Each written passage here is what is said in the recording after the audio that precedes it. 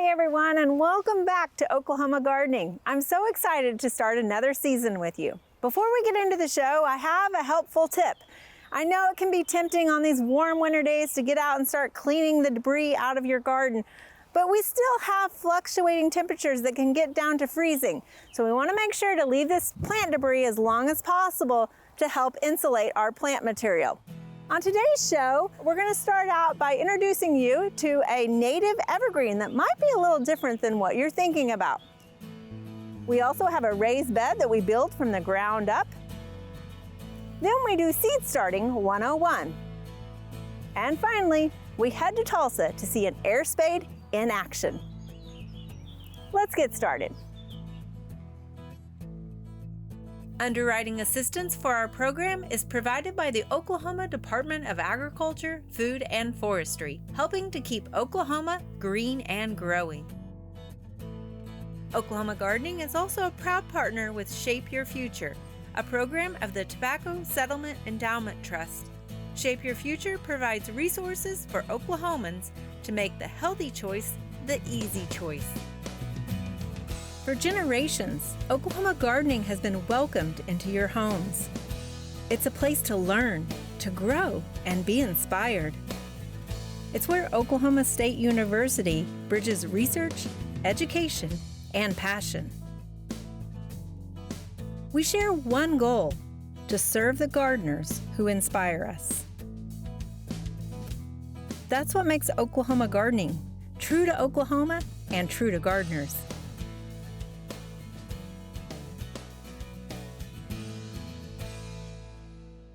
Today I want to talk to you about a plant that you might find surprising that is native to Oklahoma, and that's the Dwarf Palmetto. Now this is a plant that is native to southeastern Oklahoma, where it typically is found in dense clusters like this underneath a nice shade canopy of all the forest trees that they have down there. It likes rich soil because it's often found in those rich forest floors or also in lowland areas. So it typically likes a moist soil as well. Now once it matures to about a 3 to 4 foot height, it can tolerate a little bit drier conditions, and that's what makes it such a great plant for Oklahoma and has been well adapted to our variability in rainfall sometimes. But of course, down in southeastern Oklahoma, they do get more rainfall. But it is hardy to zone 7, and in fact has been found to be hardy all the way up to 0 degrees. And one of the main reasons is because it is a stemless palm or a trunkless palm. So essentially you'll see that these leaves are coming up from the base of that plant. So the growing point is right there at that soil line, and so that sort of insulates that growing tip. So you'll see that we've got some very mature fan-like palm leaves that come up, and as they get older they sort of go to the outside, and we have the newer leaves. You can see one coming up right here in the center that will start to expand as it continues growing throughout the season. Now in the summertime, we'll see that it puts on like a panicle of several different kind of white to yellowish flowers that have a little bit of a fragrance to them. And that will be quite long. And then later they produce berries off of those flowers that will turn black in about mid-October. Now those berries will then fall. A lot of times wildlife will transplant those seeds, so you'll see them kind of propagate themselves that way. And you can see these smaller ones that are just starting to grow. They actually have more of a grass-like look to them, and that's because they're just now starting. So they may be a season or two in. They are a slow-growing plant, so it's going to take a while for it to have this full look of these large upright leaves. But as those leaves continue to grow on those babies, they will start to expand and have that fan-like, palm-like look to them. What I love about this plant is it's a great addition to your evergreen collection, adding interest in your winter garden and in a unique native way.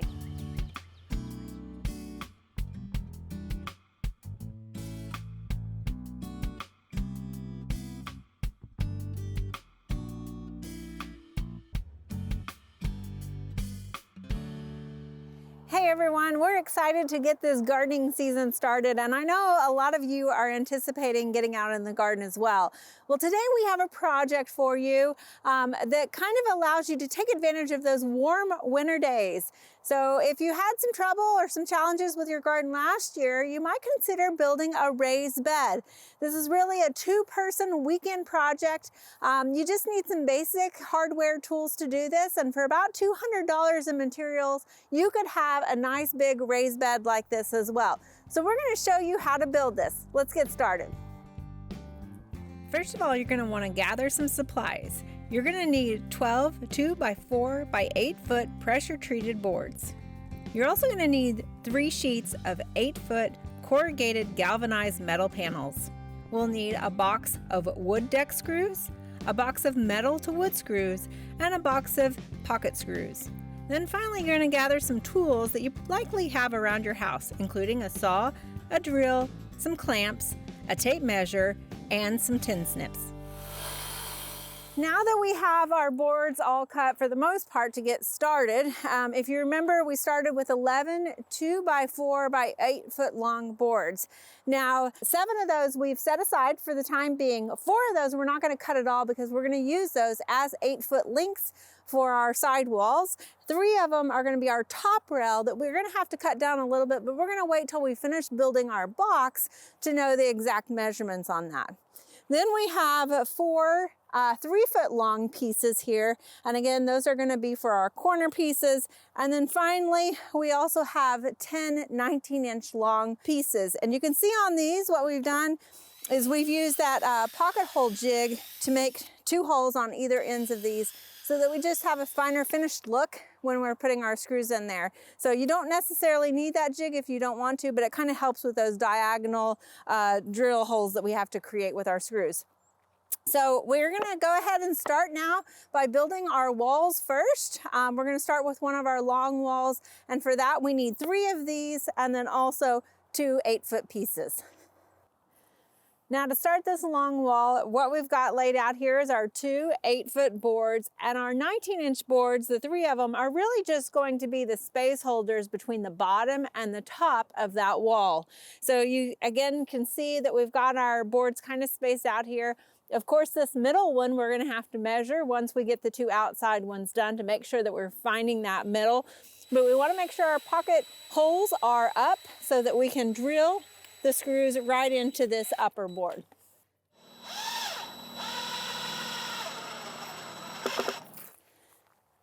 Now that we have the frames for our long walls constructed, it's time to start on the end caps.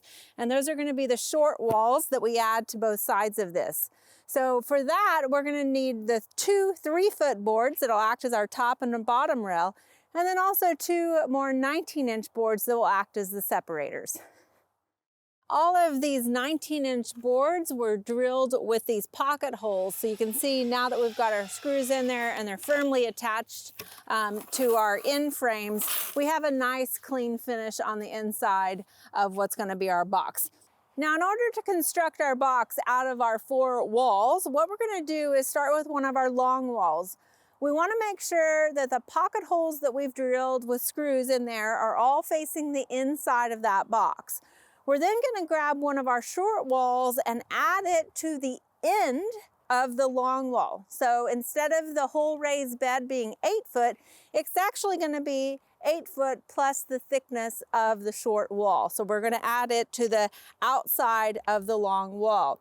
And this is where those clamps come in handy because they kind of give you extra hands. In addition to the clamps, you'll also need a square so that you can make sure that when you're attaching your long boards with your short walls, that you are making that junction square. So put your square in that corner and make sure that all of your corners are flush with one another.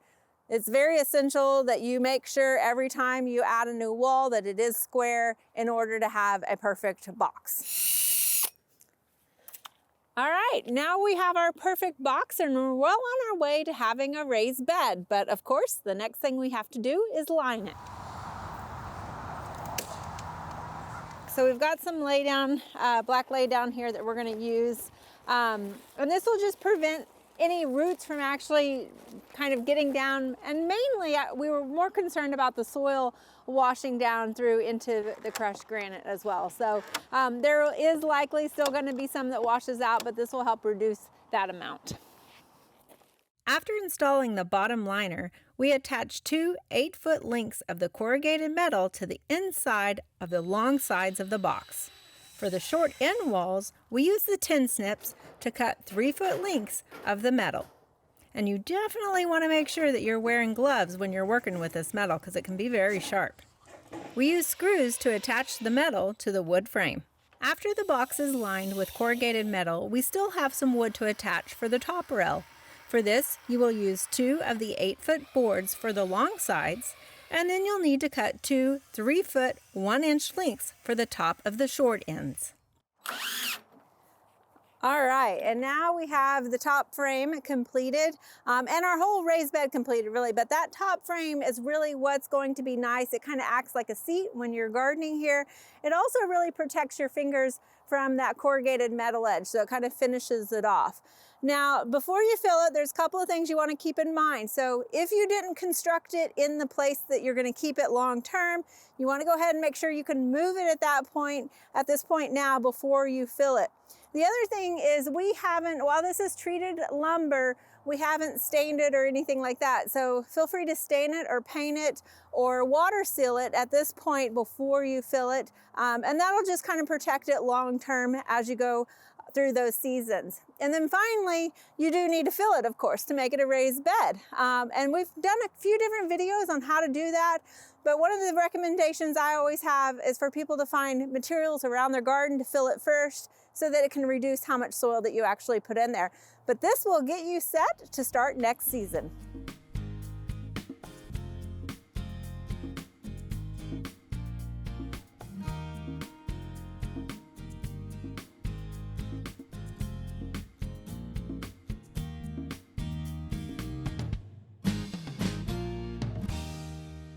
It is cold outside, and I know we're not doing as much outside in the garden, but it's time to start our transplants indoors. And joining me today is Dylan Jasna with Shape Your Future.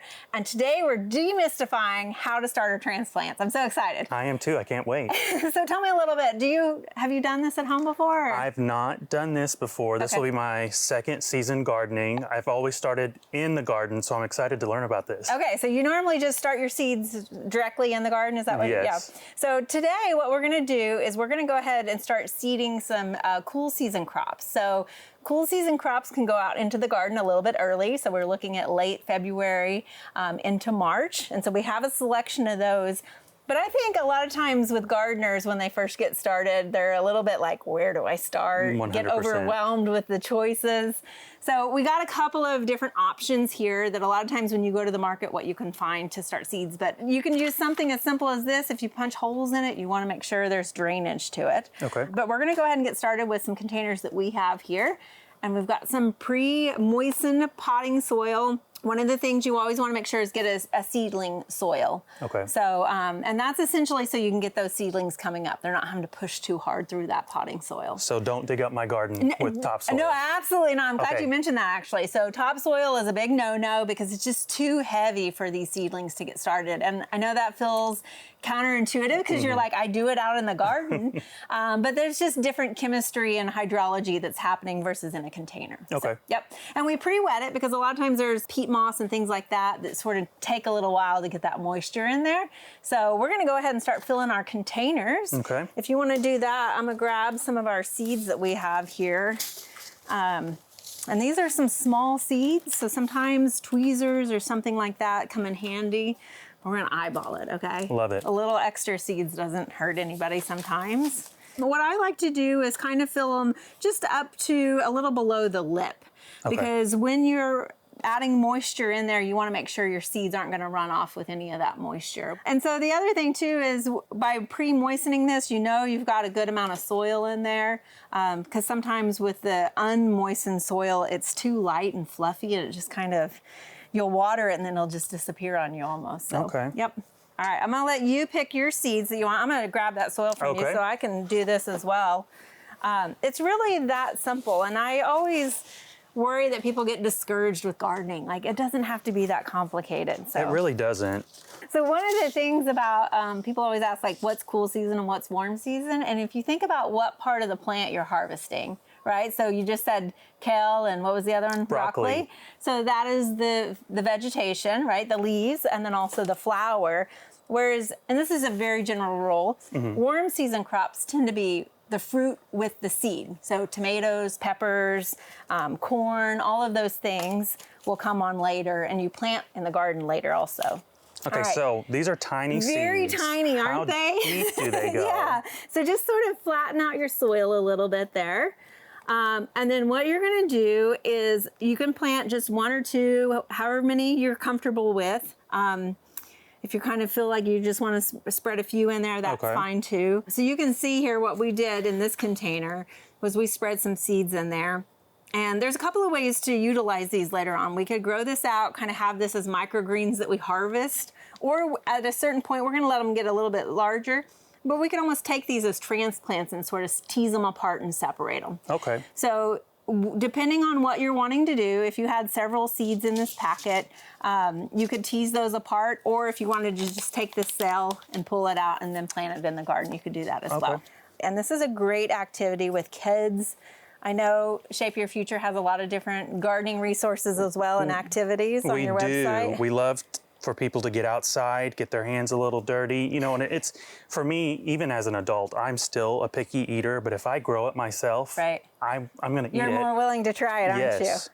Okay, so now, you said that this was pre-wet. Yes. Do I need to water it again after we've planted? Yes. So what I'm going to ask you to do before we get to that point, if you want to go ahead and label before I like that you've placed those on either side so you remember that. That's a good trick. Go ahead. We've got some labels here. Okay. And a lot of times you think I'm going to write in a pen, but pens kind of break down with UV, the ink does. So we always have found that writing with pencil actually holds up a little bit better. That's a great tip. Some things to put on your label is the plant name. Okay. And then also if there's a cultivar that you want to remember, like if you're growing multiple types of broccoli, you might want to put that on there. And then secondly, the date that you're actually planting it. Okay. So if you don't see anything coming up, you can be like, how long ago was it? Should it be up by now? And kind of have an idea of what you're looking at in the timeline. So this is where we have our spray bottle. And these come in really handy, so it's worth investing in. They don't have to be expensive or anything like that. But just adding a little moisture is gonna help that seed come in contact with that soil a little bit more. Okay. Okay. And then we want to maintain that humidity also. And so for that, what we're going to do is put some saran wrap, just plain old out of the kitchen saran wrap here. So you can do this together or you can do it separately, however it works for you. And so we're just kind of, you can use a rubber band to kind of work that under. But eventually you're going to put that in a bright light. And that's the next most important thing we want to talk about is using what sort of proper lighting for this. And so when you place this under a light, some people might think there's enough light in a bright window, but there really isn't. Even a bright window doesn't give you enough light. So there's grow light options like this. This one's a really nice one because it'll clip to your coffee table or whatever. You want to make sure to put the light as close to the seedlings as possible because they won't have to stretch as much to get to that light. Okay. But if this doesn't fit your decor, I don't know what your style is, but they have simple grow lights like this that you can change out your lamp, light bulb. Oh, that's smart. Yeah, so this works really well. And in fact, this one has the exact wavelength that you need for the different stages of growth on that plant as well. So these are relatively cheap. As cheap as all light bulbs are these days, right? And how long should you, if you use a grow light, how long should it be under that grow light on? So try to leave it under that grow light until it's ready to go out. Okay. So as we kind of get closer, the plants are getting taller. Of course, they're not going to be able to stay under here, right? Because we're going to be tapping out. So another option would be to use something like a baggie to put over it, to give it a little more height, but to still keep that greenhouse effect. So you could do something like this, right? Where you're growing in a larger pot, you've got more vertical height, but you still got that high humidity dome over it. And so just keeping that moisture, that condensation, you want to make sure no algae is starting to grow, because then it might be getting a little too moist. On really hot days, like anything in a greenhouse, you might have to vent it a little bit. So, and I don't need to poke any holes in this? I mean, later on you can if you're finding that it just stays too hot. Okay. But yeah, so it's really that simple to do. One thing you want to make sure you do is put some container underneath this so you're not ruining your coffee table in that process. So. Exactly. So what do you think about all this? I think I can do this. I'm excited to try this in my own garden. Okay, well, I'm going to let you take these with you and keep them in your home. Definitely. Thank you for joining us today.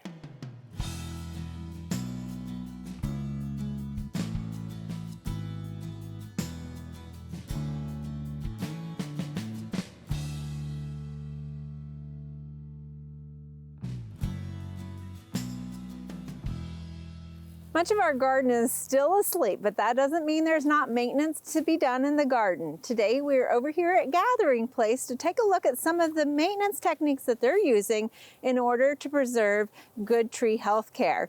And joining me today is Kendall Spradlin.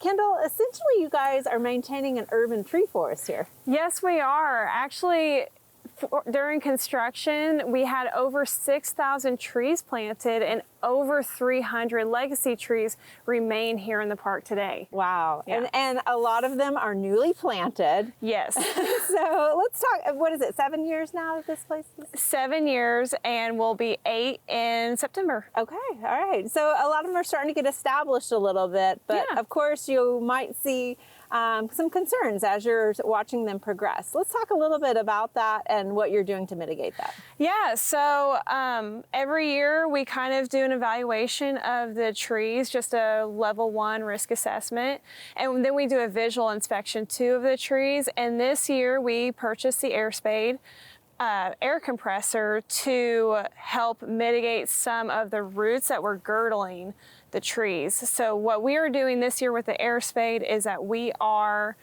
excavating the root zone, and we are pruning, doing some root pruning on our trees. Okay. So other ways we have used this Spade is actually in lawns after the park and the lawns have had a lot of love from our events we've had here.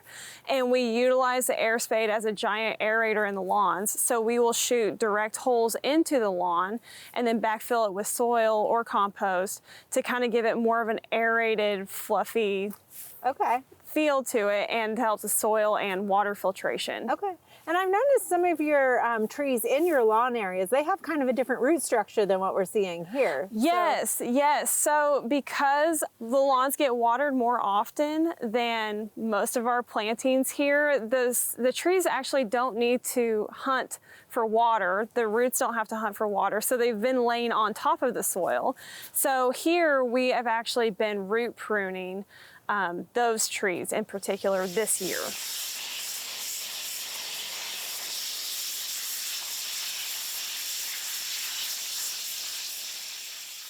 So as you can see, all of these roots here are growing on top of each other. It's very messy, it's very compacted together. This is a result of having too much mulch around the tree. Being in the lawn here, the sprinklers kept the mulch wet and it allowed the roots space to grow up instead of down and out. And that's what led to this big mat here. And right here, we're looking at our main structural root. Everything above here doesn't need to be here. This will actually impact this and cause the tree to not grow well. If we were to leave it and leave it pinched like this, nutrients wouldn't be able to flow up the root and this whole side of the tree could die. So we're doing this as a preventative measure to try to promote good tree health, good root structure. The goal is to have it look like a wagon wheel. You want the roots kind of radiating out evenly spaced and just all radiating away from the tree and not this matted mess. Well, of course, the trees are still dormant, so this is a great time to do this as a winter project as well. Perfect time. And this is also great because this is a lot of hard work, but it pays off in the end because you get a large, lasting stand of trees. Excellent. Thank you so much, Kendall. Thank you.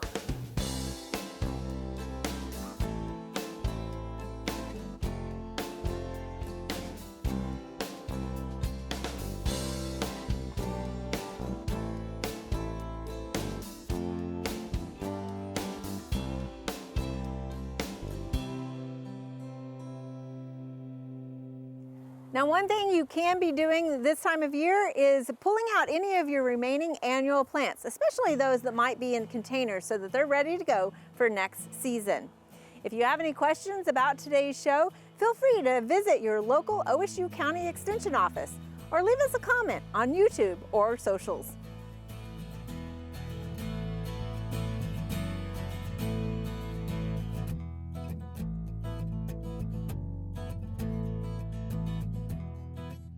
There are a lot of great horticulture activities this time of year. Be sure and consider some of these events in the weeks ahead.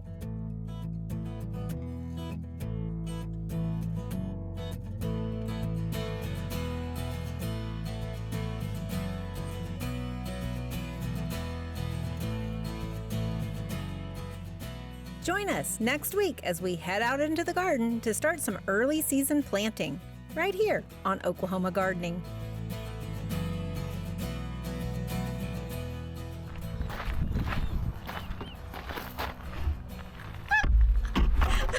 And finally, we head to Tulsa to see an air spade in action. Let's get started.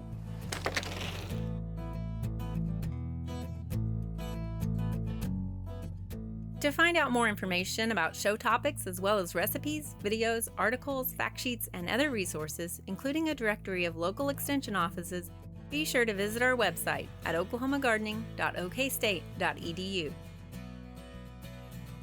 Join in on Facebook and Instagram.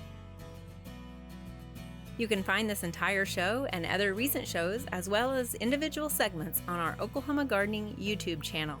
Tune in to our OK Gardening Classics YouTube channel to watch segments from previous hosts.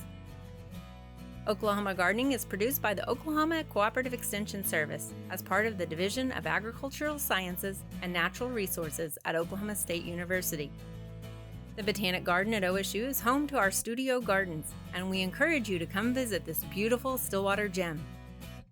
We would like to thank our generous underwriters, the Oklahoma Department of Agriculture, Food, and Forestry, and Shape Your Future, a program of the Tobacco Settlement Endowment Trust. Additional support is also provided by Greenleaf Nursery and the Garden Debut Plants, the Oklahoma Horticulture Society, the Tulsa Garden Club, and the Tulsa Garden Center.